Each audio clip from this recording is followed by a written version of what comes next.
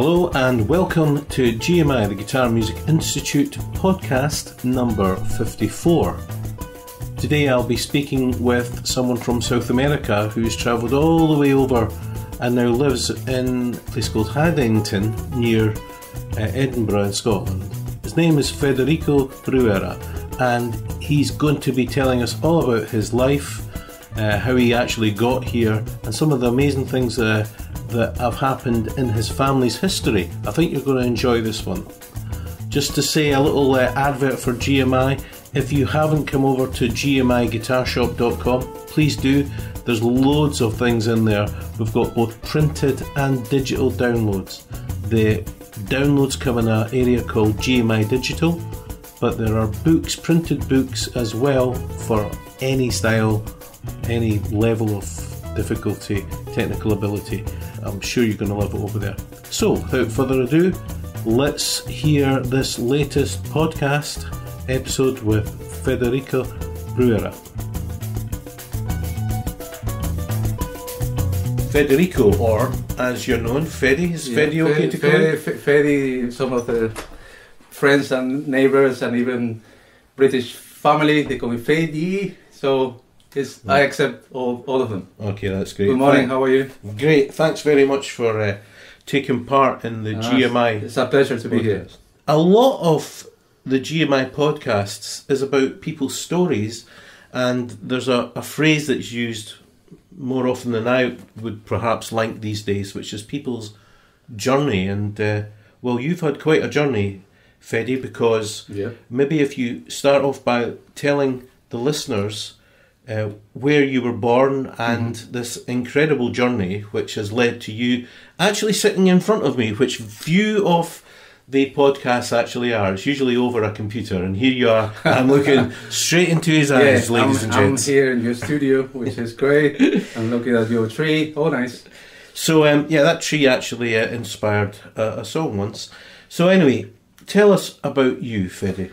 Okay, I was born in 1975 in Caracas, Venezuela.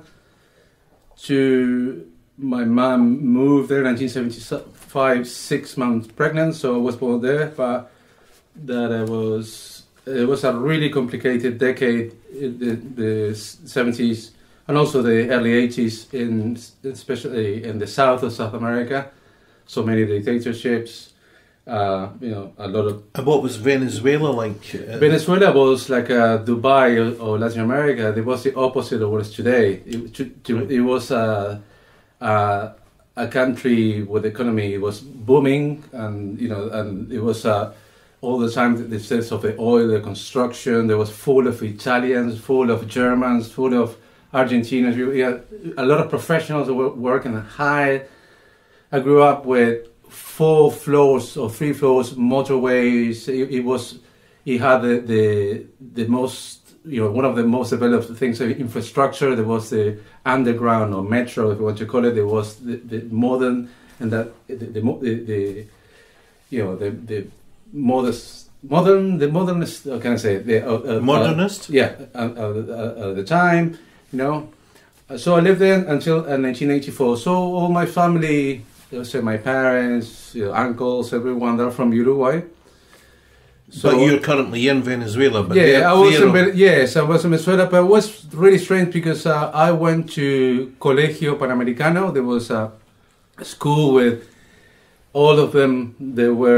All my teachers were from Uruguay. The director, Ana Maria, she was from Argentina. They were all in exile. So you can see. And they were all born in Argentina or Uruguay. I remember Piti, the parents were shot dead in Santiago in Chile with the Pinochet regime. So this is something maybe it would be good to get some background. What politically was happening in South America to make everyone start moving around to go to places which were more stable? It was like a complicated era, and this also was the Cold War, and it's not the same. It's difficult to see the politics from a European perspective. For example, it's not the same Honecker in East Germany than Che Guevara, in Latin America. Both were the same side. They were both, or even the right. If you say it's not the same right wing in Europe and North America, and the right wing in.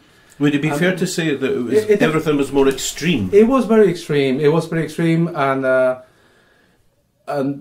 one of for example, just some of the forces in Chile and Uruguay and even in Brazil, it's more into the left. But were more like it was more like the trade unions or the Labour Party in Britain. That was more of some of the people, the socialists and the communists and social democrats. They were together into that kind of labor movement. So it was different than Eastern Europe. They didn't believe in dictatorships, and that's very interesting, Fede. So you're saying even the right wing was different too. So there was a linkage in the minds of Europeans, between left and right, between Europe and South America. But what you're saying is, although there was a linkage, it was actually really different. It was very, very extreme, and also I'm a second generation. It's my interpretation of the past. It would be better my dad, my mom to speak about that. So I was born in Venezuela. I grew up with that. First 9 years?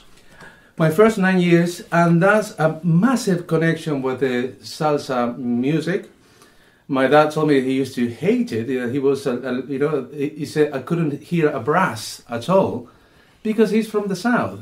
Uruguay and Argentina, they're very, very European countries. In fact, I got the Italian passport. That was my. Okay, I'm getting ahead of my story. But the big majority of people in Montevideo and Buenos Aires, we got their great grandfather, someone from Italy, Spain, or the rest of Europe. But the big chunk, like Irish and Italians in New York, well, the big chunk it would be Spaniards and Italians. So that was my my way of being legal in Europe, because I wanted to learn English and I went to London. That was my brother to Barcelona. But Venezuela is as some Venezuelan people say, Venezuela is a Caribbean country in South America. It's a really, really interesting analogy, because Caracas, everything is the mentality is much more similar with Puerto Rico, Dominican Republic, Cuba. They're Caribbeans. They first of all, the language they use, the accent they have, it's just very, very common. It's like Ontario and Maine in the US. They're very similar. They grew up with the same accent and slang and traditions, food, whatever. Yeah. So just so people get an idea, because my South American geography isn't that great. Yes. How far is Uruguay and Venezuela apart? It's more than 6 hours flight or 7 hours flight. It's quite a lot. So as people don't know, and I get a little bit irritated, maybe you with being Scottish, you always left apart, because England, Scotland. More or less, sometimes happen to us with Argentina. Everything's Argentina, Argentinian tango, Argentina. You know what? Right. La Comparsita, the most famous tango ever, was written in Montevideo by a Uruguayan guy. Very interesting. And the thing that the mecca of tango was Buenos Aires, and still is Buenos Aires.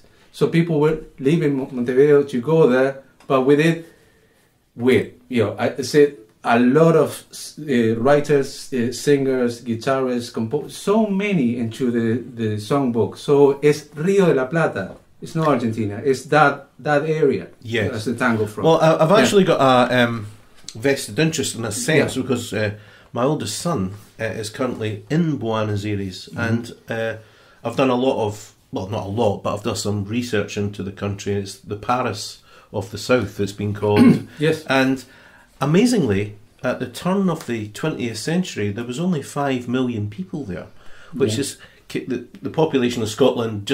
Scotland has a little bit more, but now Argentina has something like 50, 60 million people.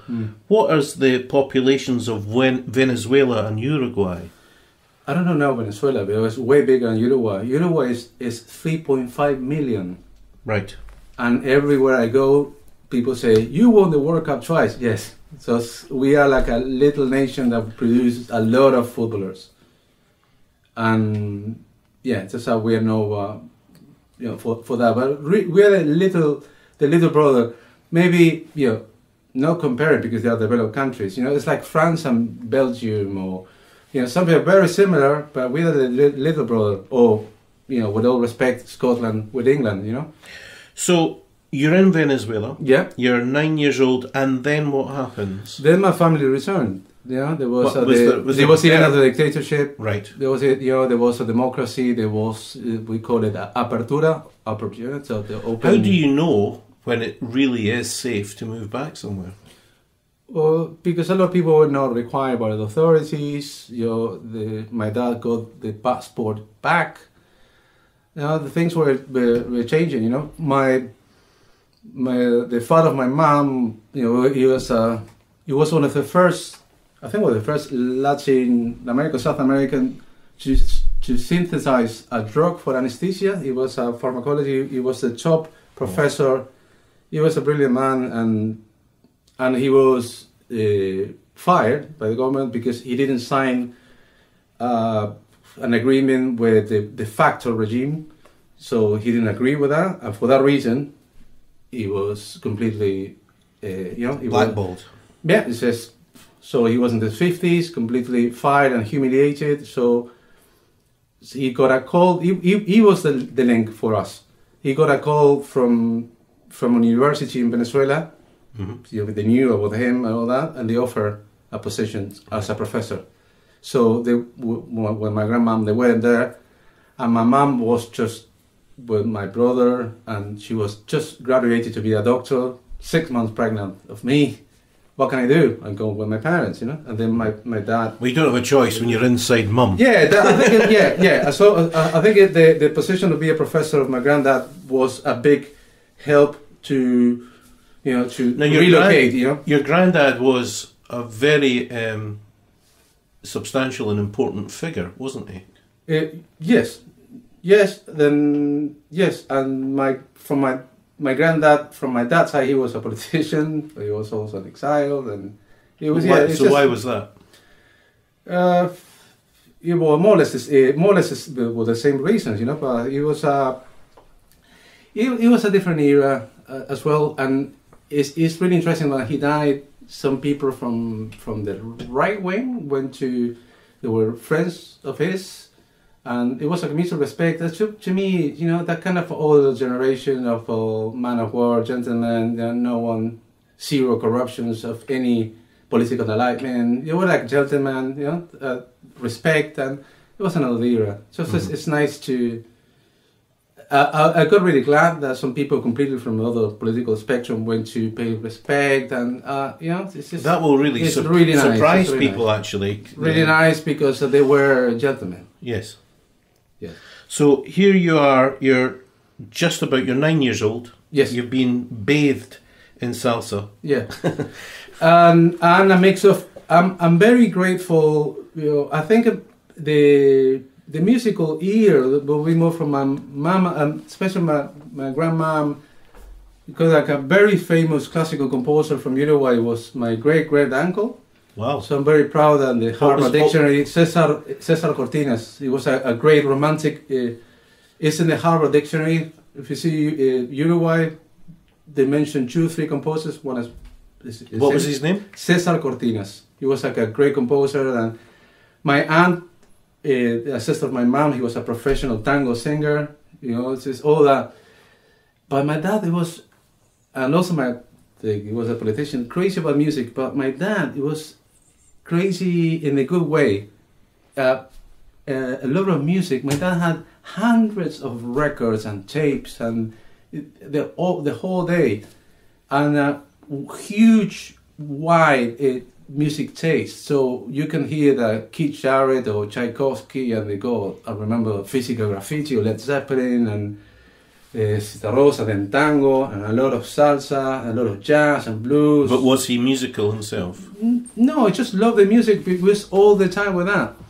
And I don't know why, and I asked him, and my mom, I don't know why, was 3 or 4, I was obsessed with the Beatles. Just, I don't know why, I just because this is after the Beatles, isn't it? I was born 1975. Yeah, so no so connection with Britain or England or whatever. Exactly, yeah.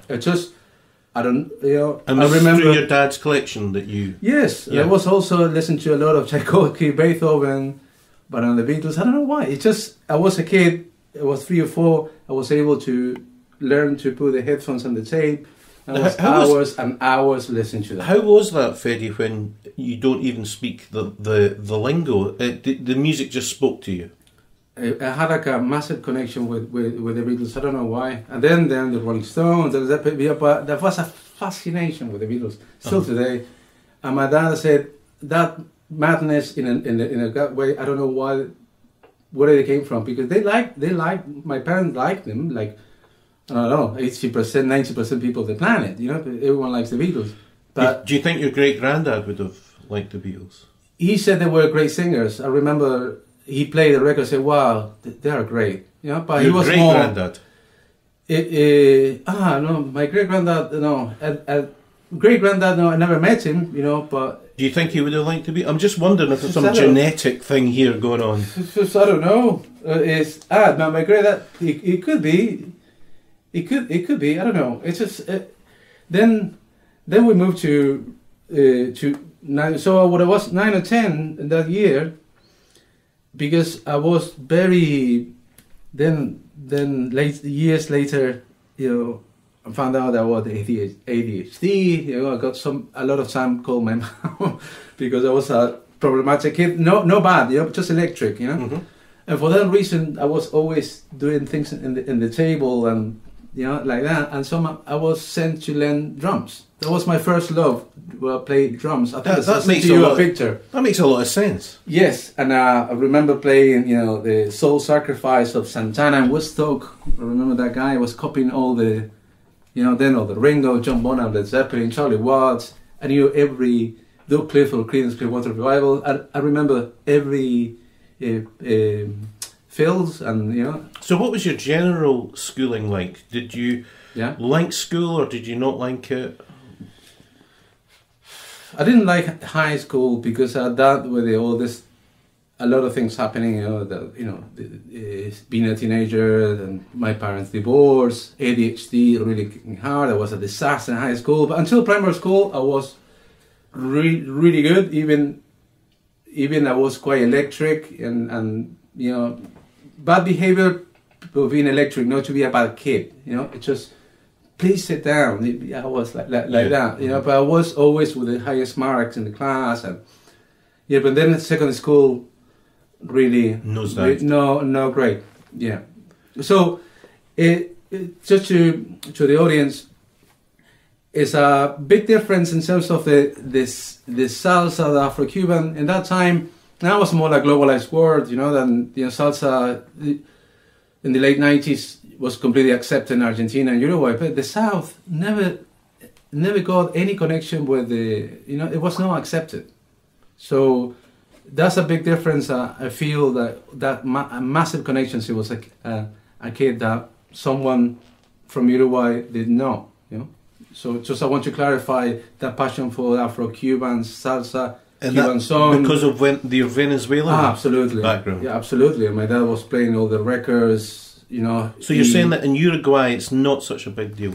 No, it's just candombe is Afro-Uruguayan music, which is accepted and to a certain point, because still today we deal with some things of racism, and even it's quiet and soft, you know, but it's just very reduced.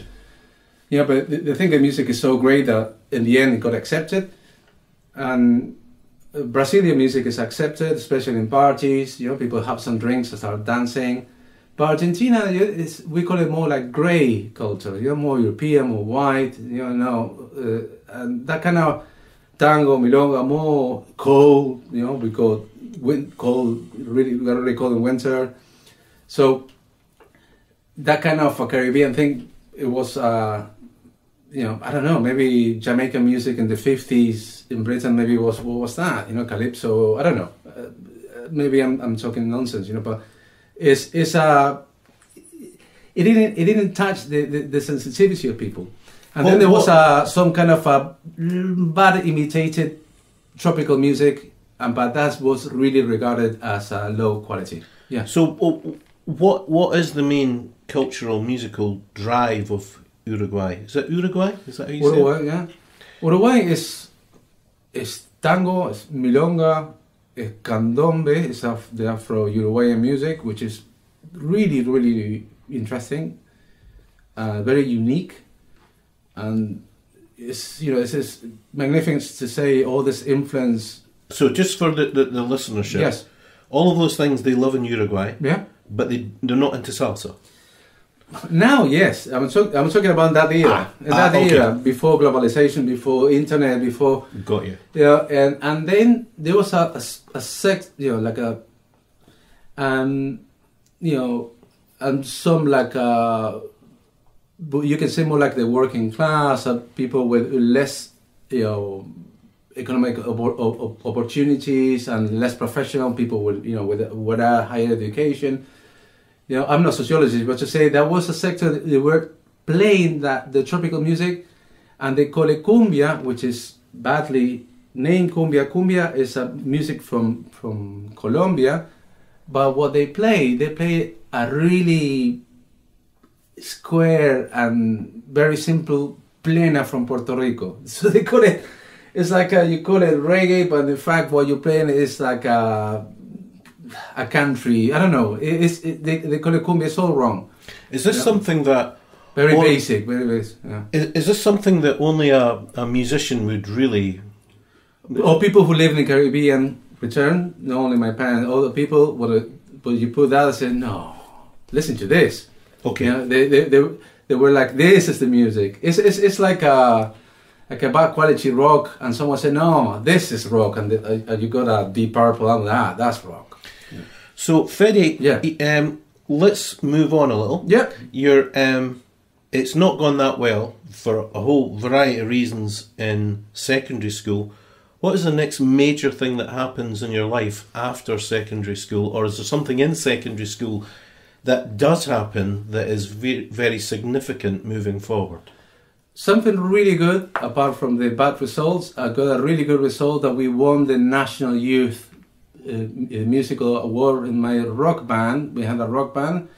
It's really interesting that we still today listen to the old rock and roll. My friends and mates also, they came with Chuck Berry albums, and we play Bebop Olula and Before You Accuse Me and all the rock and roll. And we had a group, and we reached the final and we won. So it was something really. I was 15. I was very proud of myself and my bandmates that we, and then is that the moment where you thought, I would maybe like to do this? I think when I was playing drums, the first time I played, I was 13. I used to watch. My drum teacher. He's a professional. He's doing quite well now as a drummer. But he was very charming with kids like myself. We used to watch Spider-Man before the lesson, and we had like a milkshake. He was a kind of a sweet guy, and very encouraging. Yeah, very encouraging. And the first time I played in a club, I was 13. My brother went to see me. There were like, girls and alcohol, and I was a Spider-Man kid, a milkshake, but I was cool because I knew everything of the covers, like Dire Straits or Beatles or whatever. And I remember saying, "Do you do like the record?" Yes. Okay. So but I was a kid playing, so that was really, really good. That was, significant. Very significant, yeah. So, take us on to the next stage of what you feel is, a significant movement in your life where you can really pinpoint something. Well, apart from then, luckily I got, when I was 21, help with the thing of ADHD. That changed my life. So, had ADHD, looking back, had that been holding you back? Yes, absolutely. Okay. Absolutely. To me, it was like, glasses for a short-sighted person. I changed my life, and I went to state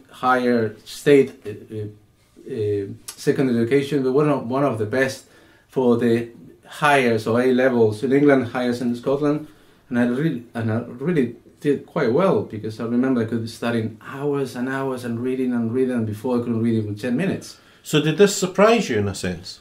For good, yes. And they gave me, and then I did the School of Music. It was Escuela Municipal. It was run by the Montevideo Council.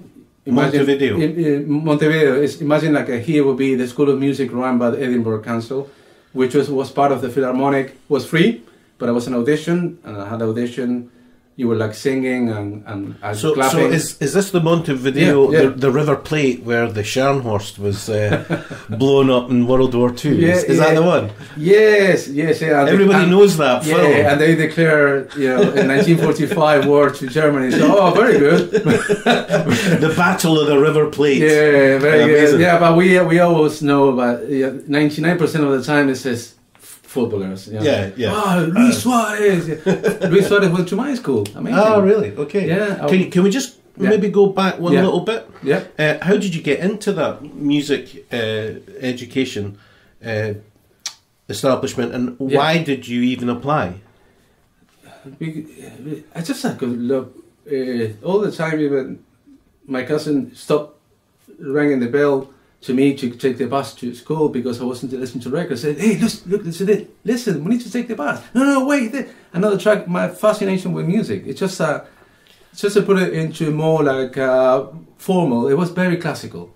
But who was the driver behind that? Was that you, or did someone give you advice or help or guidance? I was saying, my parents, especially my mom. Well, not all parents would do that, though, would they? Oh, well.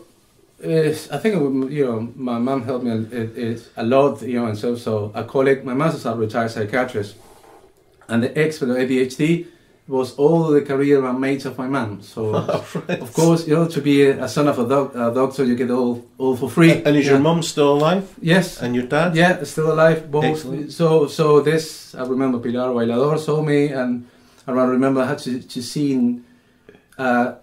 For 10 minutes or something like that, different, like a series of numbers.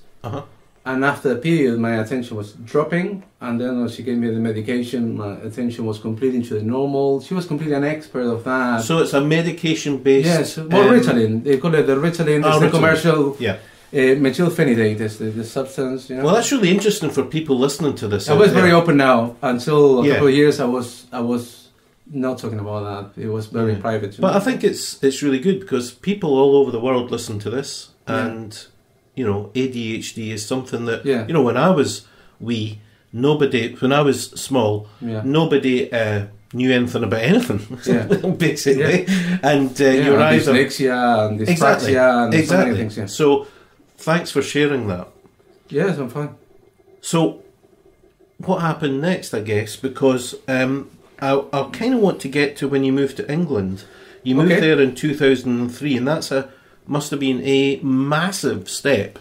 What were the events that led up to that? I completely crashed into a bunch of buffaloes running 100 miles per hour. It was a really hard experience. I did study the basics of English, and even I learned a lot with songs. But I did the basic course of English. Yeah, but basic course of English and being in London is a massive difference. It's like yourself. Maybe you have a basic course and then you go to Madrid. This is the reality, and so and and I had all the kind of problems that started from the beginning. But why did you move to England? I had the Italian passport from my dad. I wanted to have my Spanish passport from Vidal, which is the great father of my mom. He was from Catalonia near Barcelona, so I could have the Spanish passport from my mom's side. It was a little more complicated. Then my great aunt did all the Bruera, so I went to the embassy and she was already, and I said, "Do you have the right?" And that time I think they went to the 4 or 5 generations. For man, very macho, approach, and they say yes, you need to come with this, birth certificate, your parents' birth certificates, marriage certificate, all that kind of bureaucracy, translation, legal blah blah blah blah blah. I did all that, and I went to the embassy and said, okay, in a couple of years we write to you. You know, they did all the paperwork in Italy. They called me, and the certificate of the third world. You need to be called. So I did like the military enrollment. You know, but then I got a letter. Come and get you're a citizen. Come and get your passport. So I did my passport. I wanted to go to LA. I went to LA. I got a friend. He's a close friend of a friend of my family. He was in Venezuela in the times. So he's from another generation. He played all the guitars in Coco and Disney. He's with been touring with Lang Lang. He's an amazing guy. I wanted to go to LA. He was just like a connection I had. But I didn't have any visa, and so forget it. So I thought, what can I go? My fascination with the. Why did you want to leave? I just I felt I was too small, Uruguay, and there was something also that great culture. There's some I call myself like not 100% Uruguayan. In some ways I am, and in some ways I feel I'm not. I feel like you're in the middle. Yes, and I feel like Is this I was because of the different. Venezuelan? Yes, yeah. all that, and I had this conversation with people. They had the same background like myself. All the people I know. Does that really matter though? There's a statistic. The majority of people they had the experience I had left the country. Oh, really? So if you're not a complete 100% through and through Uruguayan, you're not going to stay? No, you're completely welcome. Massive fan of my football team. I'm a massive fan of the national team. And then in Harrington, I remember the Cavani goal with Portugal. I was, everyone can hear my screaming. I'm a completely, but I'm living. I feel myself. If it's someone, where you're from, I would say Uruguay. Also, my accent is from Uruguay.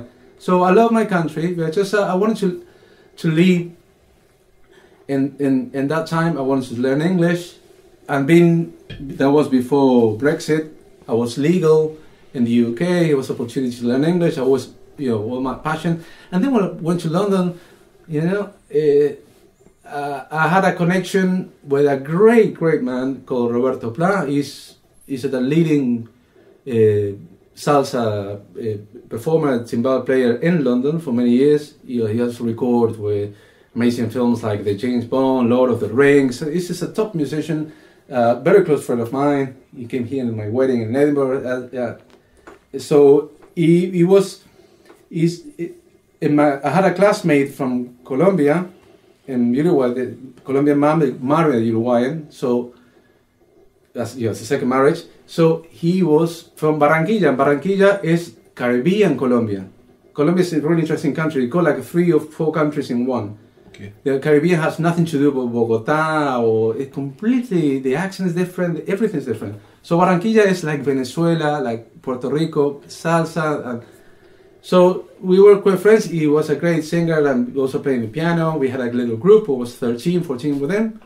And then when going is the mom wrote to Roberto, and Roberto to me was like a big anchor, of not getting, really upset, being lonely, and it's quite hard. London could be a really hard place. So great, I found Roberto. So there was another incentive to keep into the Latin. So I got involved with the Latin in London. We are just in London. I don't want to bore people. I want to get quick. So it was in London, and the salsa, the big majority are from Colombia. The big majority of musicians have some from Cuba. London's a funny place, isn't Yeah. it? In that there is a huge amount of music going on, Yes. and a lot of it's really well paid. But if you're not in with the in crowd, it's actually an impossible place to live. Yeah, it's a place to go and play, or to, if you're in the in crowd, be. But if you're just arriving and you don't have that in, yes, it's incredibly difficult. It's incredibly difficult, and some people, because I was living in London, thought that I was doing sessions with Elton John, and they said, no, no, I'm not playing with Elton John. I wish I was playing with Elton John. I actually had I'm fortunate because it's just like tasting something really nice. As a joke, I said I felt Jimmy Page for 5 minutes. As I did a session recordings in the EMI studios in 2006. I did all the guitars of a rapper. And what was his name? Do you remember? Shiesty. And also I co-wrote the music for the film that she was. So I did the music for the film. You know, but how did that come around? Because I did a course of sound engineering in London, and I had a friend who I'm still in contact with him. So we're still mates, called James. You know, and the dad is a amazing writer and a professor of Spanish history. So he's quite famous. And you know, with James we got involved into the production of this music for the film. So I did my part. I co-wrote with him. It's a guy, very inventive guy. I remember he did the snare drum with a rice homemade maracas, but he made like with compression and gated river. He was very, very, very creative guy. So we did that, the soundtrack of the film, but we go like screw up, you know, with the credits. We didn't want money because it was paying the price of being in the. We just wanted the names. That was very unpleasant. I was doing removals. I couldn't back again to do removals after recording in EMI studios. it was like a big punch in your face, you know. But removals as in moving stuff around. Yeah, yes. So you did this back in. I did that in London. I did Glass Collector and Wetherspoons. I did, you know, all the surviving stuff. Yeah. Yeah. Then I did. So did you yes? did though? But in 2003 you moved to London. But you, Arms Open Wide.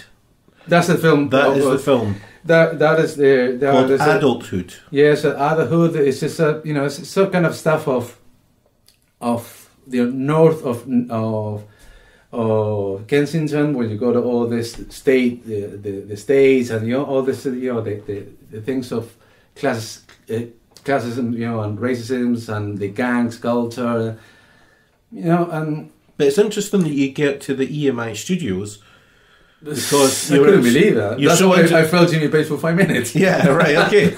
but also, did the Beatles ever hang out there? No, I did the one in Soho. Yeah, but the guy who was mixing, he did work for Kylie Minogue, and he was doing, I said, wow. And I was not in Abbey Road. I was in the other EMI studio. But did you feel like you had arrived? I feel like that, as a joke, This is, a little bit. I don't know, say Jimmy Page, could be Eric Clapton, whatever. Like a rock star for 5 minutes, and then wake up, Yes. So you actually end up relocating to Scotland in 2017. Yes, I did 10 years of busking. I was a licensed busker in the London Underground. Tell us about that, because that was my bread and butter. Yeah. So how does that bread work? And butter. Say bread and butter. Bread and butter. Yeah, bread and butter. So I don't know if people out there around the world know about this, but just before we talk about that, you're listening to Ged Brockie speaking to Fede Bruera, and this is GMI, the Guitar and Music Institute podcast. Yeah. Let's talk about this thing, the London Underground. I've been to quite a few undergrounds actually, including the best one, which is the Moscow Underground. Okay, I've never been there. That's absolutely astonishing and beautiful. But I can't remember. I was only 15 at the time, and I can't remember any buskers in the Moscow Underground. Maybe there is. And I don't know if it's something that happens in other cities around the world, but in London, it's a big deal, isn't it? Yes. In 2005, I did the application form for that, but then in 2007 they called me. I completely thought that they forgotten or didn't get it, whatever. I was quite surprised to receive the invitation for the audition. I went to the audition in Charing Cross, with Trafalgar Square. If anyone is familiar with London, with the Nelson and the Tate Gallery, the underground, the metro, if you want to call it, or subway in the US, there was like a massive audition, like how many people were there? A queue of 20 meters or more of musicians of the queue, And I did prepare. Sorry, Fede. Yes. What happens if you play in the underground and you don't have the right to do that? Do you get Before you could be arrested or just moved by the police or many times arrested. One of the guys he did that for years, being illegal, so he was in court all the time. so they send you to court? Wow. So all the time it's like, you again, you know. Yes. So I know some people, they did that for years until the legal scheme came. They decided that they want to be legal because first of all they raised the standards, the law. But who decided what was The good and London bad? Underground decided that, and it was No, but who decided if a musician was good enough or not? I don't know. You know, Who made up the panel? It's just the panel. Was it Jimmy the tram driver? Yeah, no, Jimmy. I mentioned Jimmy Page. Yeah, maybe he was behind the curtain. Jimmy Page he was busy with fixing the stairway to heaven. So no, he wasn't there. So I don't know why. I don't know who they were. But they picked you. They picked me. What did you sing for your audition? Do you remember? I didn't sing. I remember I played Paradetas, which is Gaspar Sanz, who was a Renaissance Spanish composer, classical guitar. Oh, really? Yeah, I did that. All right, so it's not just all basically pop tunes. You can. I just thought, that was my criteria. I wanted, and also prepared a quite difficult bossa nova with a lot of chord. And the guy said, "You said that you play Latin. It's not only classical. Can you play the Latin?" Then I played the bossa nova and I sang the bossa nova, and I was quite well dressed and everything. And then a lot of people failed the audition and I passed. And they sent to me an email or letter, I can remember, congratulations, and they gave me the license. Can I just ask you, Fede? Yeah. It's a tricky question, but you're not an ugly guy. Do you think that had something to do with it? Do you think that they wanted nice-looking people? I was really, I had a ponytail. I was with a shirt. I was completely, I was dressed like for a. Did you look like that guy Banderas? Like Antonio Banderas, yeah. I was good looking as him, but I was, Anthony Flax with the translation. Banderas is Flax. So you got the gig. Yeah, I got the. I was accepted. And what does that mean to someone getting a gig like that? I mean, what does that actually mean financially? Because I saw one of the best of the auditions, and also they put some of the craziest, or maybe you want to call it the baddest. They were terrible. Some of the so you can't pass audition. Sometimes they were so terrible they were funny, and they put some bits. Did they get through? Just because they were so bad? They were so bad. Sometimes they're funny, but it's like some films were so terrible you laugh. There's more like a comedy. Well, but Scherzo. Yeah, even. But there were some really, really good. I remember one. It was like playing Chopin. She was brilliant. How do you feel about the fact that people are having to audition to play as commuters wander past at a high rate of knots? It's the interesting thing here that the audience is my mom was a little bit like, why is my son like begging for coins? That's what my mom's reading. But it's a reasonable thing to think. Yeah, the thing is, well, you're earning much more money than a normal gig every day. Really? Yeah, and you're legal. And then it was. The bookings was, and that time was the phone. They moved to an online system, and in that time, every Tuesday at 9 or 9:30, we used to call the underground, and I had some colleagues. They got like 7 or 10 mobiles, because the sooner you get the amazing pitches, and you make a fortune. So there's some pitches that are better than others. Piccadilly Circus, 10 to midnight, Leicester Square 1, Tottenham Court Road 1. As we say, that was the cherry of the cake. That was the top of the top, and you make a fortune in 2 hours. So, can you give the audience some idea of how much could potentially be made in just 2 hours in the London Underground? Singers, they make much more money than instrumentalists. You could be Paco de Lucia and make much money than someone singing Wonderwall. That's a fact. And come on, we're all dying to hear. The guys who are singers make 150, 200 pounds in 2 hours. Wow. 150, minimum 100. I was making minimum 100 pounds or more. So a singer could make £200 in an hour. In 2 hours. In 2 hours. Or less, you know. But these people were making easily one of the singers. He wasn't that good. He was doing like Bob Dylan, and he was imitating, you know. But Bob Dylan doesn't sound that good. No, he doesn't sound like that. But he was always saying, "Hey, Mr. Cameron." That sounds like Bob Dylan. He was with all that nasal sound. He told me that sometimes he was making up to $1,000, you know, 1,000 a week. You know, it was a very serious business. So I was more instrumentalist. Even I could sing, but I didn't feel like a frontman. So can I just only sang once, but I was more like a player. I moved from the classical to the electric because electric with backing tracks was much more profitable with backing tracks like Billie Jean. Yes. What's that? The Take on Me. Remember that? Yes. Take on Me. I was making a lot of money with people with some drinks. Down. And then you do this show. I was doing, you know, all that kind of. And people, you need to connect. You need to have like eye contact with people. Maybe they had a terrible day. And when you entertain them and you get a smile, they say, a lot of people give me credit and say, "You made my day." Well, I'm glad you said that, because if it went the other way, they could easily just chuck themselves in front of a... The good thing is, when you're legal, the police say hello to me. Ah, so you when get they say, to know "How are them. you? Good morning," or whatever. Sometimes I play in the morning, or you know, for example, a good tune in the morning was "Here Comes the Sun." Yes. You know, or you know, but and the other one is more for the night. Yeah, but the London Transport Police will say hello because you are legal. They know that you're working. They respect you. You get a badge, yeah. You go 2 licenses when you give to the supervisor.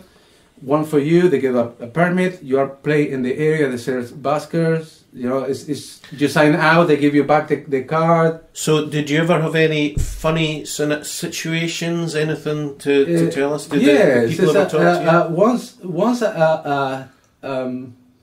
I was playing in a top pitch, you know, that the money you counted by seconds. You know how going to make the. It sounds like a cash machine. It was a cash machine, and we took all the coins with the bags of coins. Yep. Into the bank. With I remember Metro Bank. It got an amazing coin machine. You put all that and straight to your bank account. It was great. Oh, really? Straight to your bank account? Straight down. Also go toilet. I washed my hands. It was amazing. They said, "Oh, great, work done." You know. Maybe I got like a couple of coins for buying something to eat, you know, but that's it. So I hope you declared those coins. Yes, and ex-accountant, he was my accountant for me and the other buskers. Oh wow! We did the tax return with Peter. He was a city accountant, but he quit and he played the harp.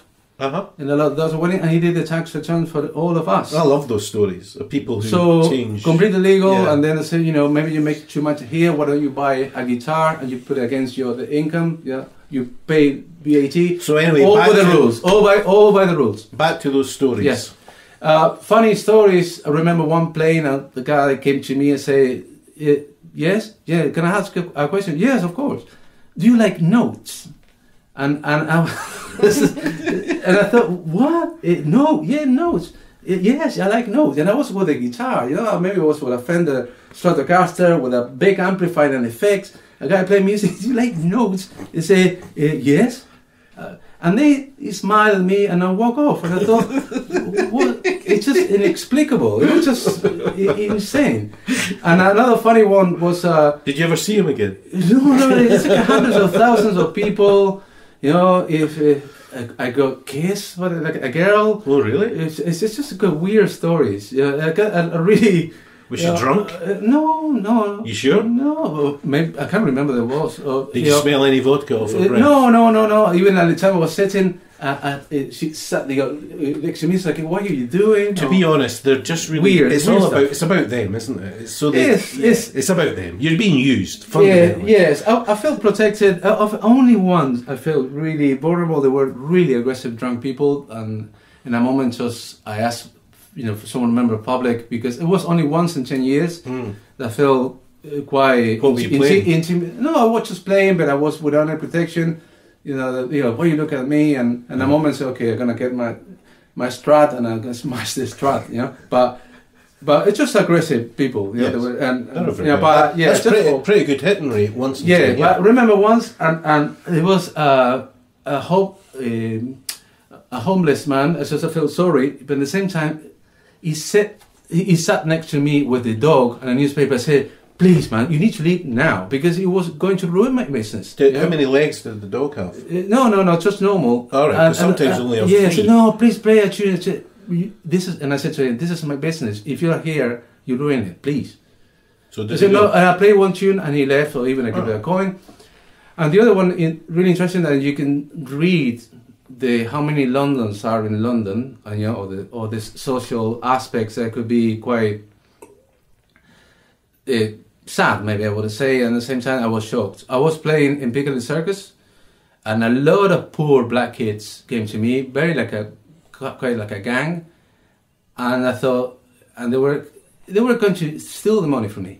So they wanted to steal the money, and just one, it was completely predictable. And then I stopped, and because I lived 10 years in Tottenham Hale. I always lived in Haringey, which is in North London, where Tottenham is. And I said to them, "What are you doing?" I'm working here. I live in Tottenham, and I pull out my driving license, which is also like the ID in Britain. So they saw my N17, which is the Tottenham code, and their faces completely changed, and they apologized like 5 times.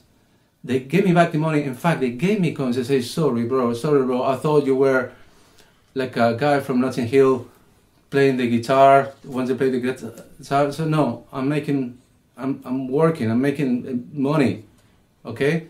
But they started apologizing, and they gave me money. I will never forget that. It was like, where they thought I was like a middle class guy from.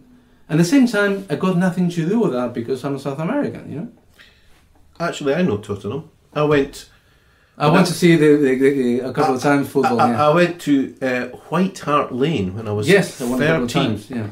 And it was with a friend who his name's Keith. We're still in touch today. In fact, he's one of Scotland's top legal British government lawyers, or whatever they are. I mean, he's in the House of Lords now.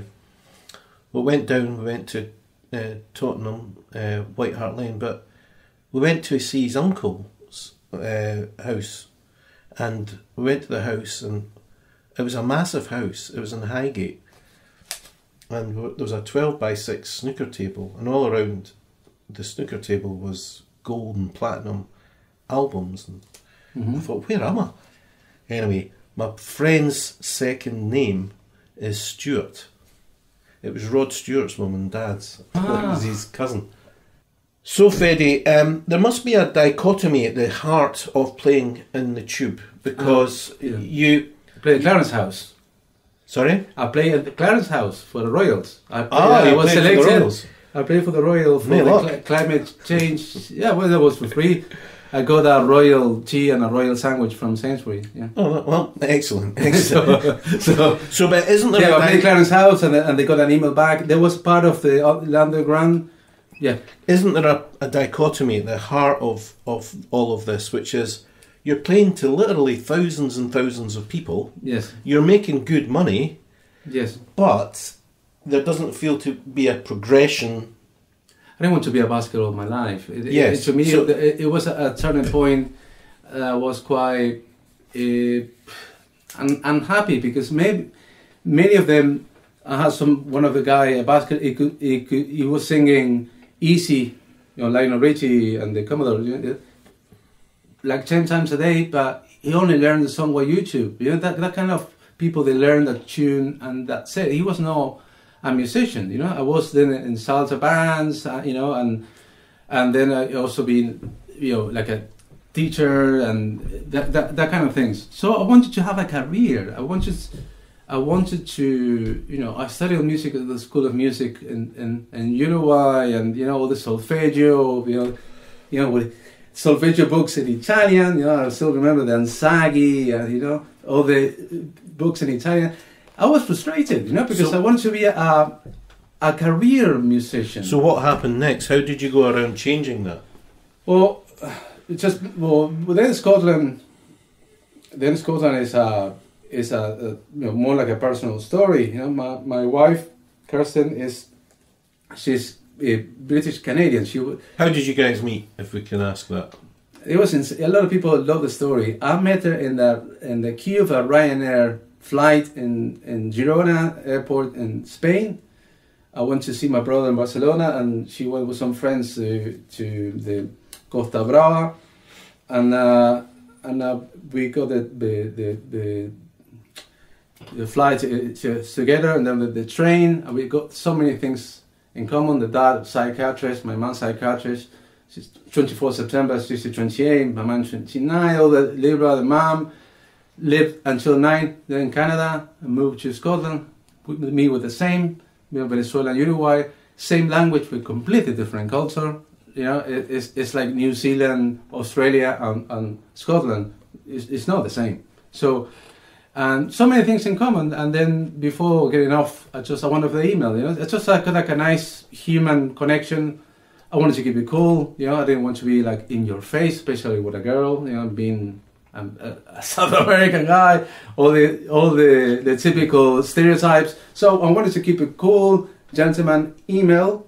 So then we started going out, and then the third time and then so many years, and then marriage, and then 2 kids, and then Scotland. We wanted to go to Canada, and we did all the paperwork for Canada. In the end, I got the permanent residence card. It's like the green card. We got the second child. She got the maternity leave. We had to leave the flat in London. There were some people that I knew for years. I got a little bit, maybe £200 cheaper than the normal rent, because they knew me for so long. They preferred to have someone a little bit cheaper that they could trust. So they went back from so many years from Barcelona back into London. So we had to leave the flat. Kirsten's mum had needed an operation in the hip. My eldest daughter Matilda had to be in reception, by law, in the school with the 5. So the Canada thing didn't. Yeah, but and then I remember being in like a Seven Sisters and Tottenham primary schools, and they got metal detectors. They got those awful, and they were proud because they got the anti-gang culture. And I thought, for a 5-year-old, and they said, let's get out of here. This is we're kids. Let's get out of here. I don't want anything related to this. And then was opportunity of Scotland, because she was transferred from the office in London to go to the office in Edinburgh. So she kept the job. We went to the mum, and then the house, and then there was opportunity for me, great school in Huntington. So we didn't go to Canada in the end. And we stayed we stayed here, and then I went to Napier, and then I met you. That's right. That's where we met, and I as a mature student, Yes, and I just want to really. We're coming up to the hour mark, so we'll probably be ending this this podcast soon. But I just wanted to bring people up to date with some of the work that you've done, and some of the study that you continue to do. Yes. Now, briefly, yes. Can you tell us about the work that you are undertaking and the study you're undertaking with Juan Carlos Casimiro? Juan Carlos Casimiro is a phenomenal professor, teacher. He's a great composer, and also he's a great guy. He's a great person. I consider my friends. Now I want to see my family in Uruguay, but I stayed in Madrid one day just to see him, and we went out, to see. It's just a fantastic. I still continue with him the relationship, learning. I did the popular course in Napier, where you are. So great, I met you there, and I learned guitar with you, and all this amazing stuff of the drop 2 and all the from your books. And then I remember that COVID came. I was just about to do a group with your ex-colleague Mario Caribe. So it was Mario Caribe, Lino Rocha. Lino Rocha was in Salsa Celtica. I play a lot with Lino in Son Sabroso, was a Cuban song group. We play a lot in Edinburgh, in Glasgow, in Aberdeen. I work a lot with them. And then I had a formula trio with Lino and Malcolm McFarlane. We were a trio, and it's interesting because Malcolm McFarlane is completely a great guitarist, very jazz man. So he had no experience apart from, he knew like bossa nova, like a real book. But he's a jazz man, a great musician, and also he's my neighbor. So, and Lino, he's an exceptional singer. He can sing from salsa to bossa nova to rock to. It's a very, so that was great. Then Napier, and I really enjoy. Even know that you can. I feel like I wanted to sit down with the teachers at the break because they were more from my generation. I was with 20 years. They look at me like, "Who are you?"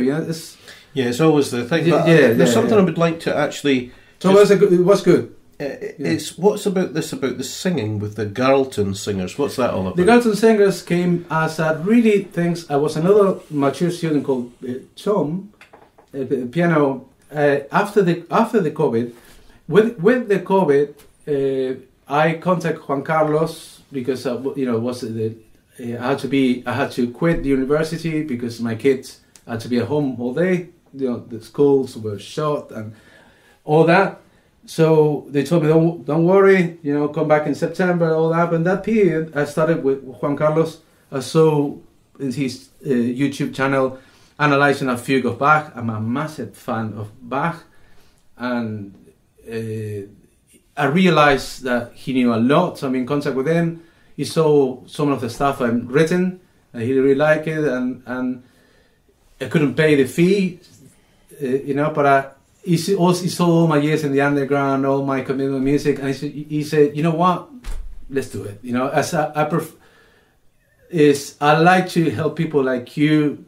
To me, it was more important than the complete fee, and that I did that. So I'm very thankful, and I learned a lot, and I learned a lot with him. Sometimes he supervised. I got a pupil. So this is the Garleton. No, I come back with the Garleton. So I got a pupil.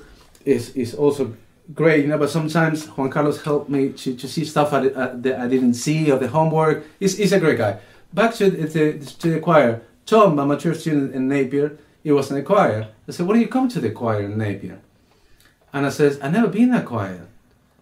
Come on, let's try." And I thought I was a bass, so I went there. I said, they accept me, so I was quite in tune. So they were fine. But I couldn't sing some parts; they were too low. I said, "What do you sing that?" And they gave me the tenor part. So I realized I was a tenor. So great that we got some of the really nice performance in the church in the corner. But it was amazing for the Christmas concert of. It was I can't remember now the name of the choir. He's a teacher. It will come to me in a minute. Also, he teaches Sibelius. Great guy. So there was a great that I finished university. So graduated, and then the director for Garleton Singers is also my neighbor. The same street where Michael lives. Wow! Incredible. So he just behind me. Quite a musical sort of street. Yeah, musical street. Then a friend of, it's a friend of mine, but it's more like a friend of my wife because my kids are the same age. I play together in the same street. She knows Stephen Doughty. I didn't know him. I didn't know Garleton Singers. And then he was walking the dog. I said, "Can I have a word with you? I know jail, blah, blah, blah." And he says, "Why don't you come and try it?" Yeah. And then I tried, then I had the audition, I passed the audition, and also he is the Edinburgh Bach Choir Director, and he has been appointed the RSNO Chorus Director. So he's amazing. He's amazing. The RSNO is the Royal Scottish National Orchestra. Now, yes, Fede, our time is more or less at an end. Yes. And it's been incredibly interesting hearing your story. Sorry, I kick around the bush a little bit. Yeah, but, that's okay. But I know you're really busy with gigs. You've got a new new duo coming up. You're teaching. Yeah, so but you also do a radio show, don't you? Yes, I have a radio show, the East Coast FM. I did that for years since I did that in 2017 to 2019. Then I had to leave for Napier University. I had a Latin American show. Then I came back again in like a year ago with a Latin American show. It goes every Wednesday at 8 p.m. So how would people find... I'll put a link to it actually on the website. Yes. If people go onto the internet and they look up your name, Federico or Fede... Yes, and also the East Coast FM. East Coast FM. Yeah, and it's Latin music. The schedule, you see the schedule, you're going to Wednesday schedule, it will be 8 p.m. or 20 hours, more like 24 hours format. And then you can listen to my program online. You can be in Australia or Alaska, you can hear that, and it's a good standard of the sound. Yeah. Well, I'm sure loads of people will want to, if they're into Latin music, or maybe you're not into Latin music, but you'd like to find out about Latin music. Great. You would be absolutely, it would do you a lot of good to listen to that show. The very last thing to say really is that I'm really excited about some of the work that you are doing with GMI. You're actually bringing a whole new strand of products to it, and you've actually got a free product coming out very soon at the end of February 24, January 24. Don't even know where we are, folks. Can you briefly tell the people about this free product? And finally, you're also going to be teaching on GMI's online guitar lesson portal soon. Yes. Online guitar lessons, gmi.com. And that means that no matter where you are in the world, people will be able to get guitar lessons from you. So tell us briefly about those two different areas. First of all, I'm delighted to be at GMI. I'm a big fan of your books as ex-students of yours. So to me, it was really excited when you called me and to be part of your team. Fantastic. And then I thought it would be good to add something different apart from rock and jazz, something more like my roots. So I came with something that I thought it would be interesting to have a link, and I decided to get a jazz standard, which is interesting that they call it. If you see a lot of Americans like Jamie Averso, whatever, the list, and they call it bebop, and they call it Latin, and this number is called Latin, but to me they don't play in a very Latin way, and I thought let's go for that. So I chose that standard. Can I say the name of the standard? So it's a song for my father, which is Horace Silver. But you've called it? I call it a song for my godfather. So we, GMI, also myself, we don't want to get into trouble with the copyright, and also this is for education purposes. We don't want to get into trouble for that. So yeah, I mean, you don't quote the tune. You're just using the sequence, aren't you? Exactly. I'm not quoting the tune. I just, in fact, I'm promoting the tune. So they have to be happy because I'm promoting the tune. You know what? This Horace Silver tune is great. Get the real book or whatever. Yeah. So, and I thought that would be a good bridge to get into the things of Afro-Cuban. That was the first thing I thought, because the big chunks of people outside Latin America know about Latin music, especially Americans, is salsa and bossa nova from Brazil. And I thought, which one I start? So I started with that one, and then the other one is the Chuck Rio tequila. So this is the paid product, isn't it? The paid product is tequila. And have a tequila. Have a tequila, and also playing on words because it's there are non-alcoholic variants of it. Yeah, and also you could buy me a tequila, which I thought that was quite clever. So then I thought, because it's more like a pop tune. In fact, I saw Paul McCartney playing that, and he was saying tequila. People were having fun, and then I thought, and then I'm a massive fan of Wes Montgomery, who is not anyone who plays the guitar has to be a fan of Wes Montgomery, and he got a great version of tequila, and he got it into the clave. Ray Barreto, one of the top conga players, he's in and recording, and Ray Brown on bass. So they play in clave, and then I thought that's a good link into connect the jazz, he's Pelé and Maradona of the guitar, of jazz guitar, and then getting into the pop, and also connecting into. They made sense to me. All this idea they were connected with the two songs in terms of getting the Latin approach for that song. I don't want to show anything of Wes Montgomery. It's the Latin thing. So even if you can't do that much jazz stuff, you could still have a go at this, couldn't you? Playing jazz? No. You're playing your free product. You could still. Absolutely. Yeah. Absolutely. The thing is that more what I'm trying to say is the things are the concept of clave, getting a lot of misconceptions about the clave, the two sticks, about the clave that is this musical cell that all the music is built upon, and just I wanted to come with that. I don't know if I've answered your question. It's to me. Well, what I'd like to say is the person put together, folks. You'll learn absolutely loads from this, and it's completely free. Now, there is a paid download version as well, but the brilliant thing is that the free version actually has a code to give 10% off the paid version, and to be honest, the paid version is not very expensive, and it builds upon the free. And indeed, our hopes are if the uptake is good, that we can actually have a series of these.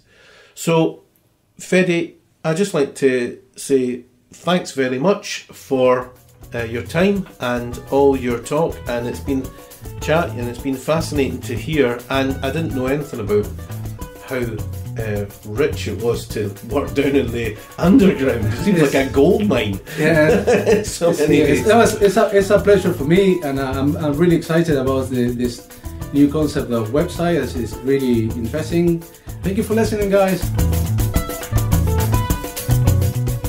Fede has had obviously a very interesting life, and we look forward to working with him at GMI and making sure that people from around the world get to play Latin guitar. So if you're interested in that free Latin guitar product that's going to be coming out from Fede, then make sure you check out the link, which is on the guitarandmusicinstitute.com website, but it's also going to be available on gmiguitarshop.com. That's within the GMI digital area. Completely free download on how to play Latin guitar. So the next podcast will be coming very shortly. My name is Ged Brockie. It's been a pleasure having your company. I hope you enjoyed this one, and we've got lots of great new podcasts coming up in the near future. Bye for now.